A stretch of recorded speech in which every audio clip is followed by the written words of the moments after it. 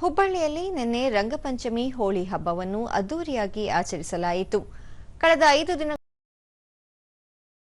ಮಕ್ಕಳು, ಮಹಿಳೆಯರು ಸೇರಿದಂತೆ ಸಹಸ್ರಾರು ಮಂದಿ ಪರಸ್ಪರ ಬಣ್ಣ ಎರಚಿಕೊಂಡು ಸಂಭ್ರಮಿಸಿದರು. ನಗರದ ಕಮರಿಪೇಟೆಯಲ್ಲಿ ರತಿ ಮನ್ಮಥರ ಮೆರವಣಿಗೆ ವಿಶೇಷ ಆಕರ್ಷಣೆಯಾಗಿತ್ತು. ಸಾಂಪ್ರದಾಯಿಕ ವಾದ್ಯಗಳ ನಡುವೆ ರತಿ ಮನ್ಮಥರ ಮೂರ್ತಿಗಳಿಗೆ ಭಕ್ತರು ಪೂಜೆ ಸಲ್ಲಿಸಿದರು. ಮ್ಯಾದರ್ ಸಮುದಾಯದವರು ಬಿದಿರಿನಿಂದ ತಯಾರಿಸಿದ ಸುಮಾರು 20 ಅಡಿ ಎತ್ತರದ ಮ್ಯಾದರ್ ಕಾಮಣ್ಣ ಹಬ್ಬದ ಮತ್ತೊಂದು ವಿಶೇಷವಾಗಿತ್ತು. 100 ವರ್ಷಗಳಿಗೂ ಹೆಚ್ಚು ಇತಿಹಾಸವಿರುವ ಸಂಪ್ರದಾಯದಂತೆ ಹೊಸ ಹುಬ್ಬಳ್ಳಿ ಮ್ಯಾದರ್ ಓಣಿ ಮತ್ತು ಹಳೆ ಹುಬ್ಬಳ್ಳಿ ಮ್ಯಾದರ್ ಓಣಿ ಪ್ರದೇಶಗಳಲ್ಲಿ 2 ಮ್ಯಾದರ್ ಕಾಮಣ್ಣನ ಪ್ರತಿಕೃತಿಗಳನ್ನು ಪ್ರತಿಷ್ಠಾಪಿಸಲಾಗಿತ್ತು. ನಂತರ ಸಂಪ್ರದಾಯಬದ್ಧವಾಗಿ ಕಾಮದಹನ ನಡೆಸಲಾಯಿತು.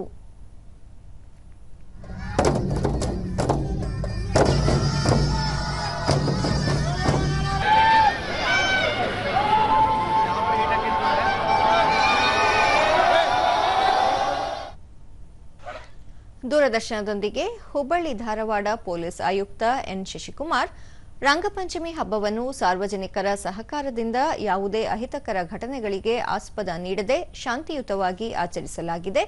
ಎಲ್ಲಾ ಸಮುದಾಯದವರು ಒಗ್ಗೂಡಿ ಸಂಭ್ರಮದಿಂದ ಆಚರಿಸಿರುವುದು ಸೌಹಾರ್ದತೆಯನ್ನು ಬಿಂಬಿಸುತ್ತದೆ ಎಂದು ಹೇಳಿದರು.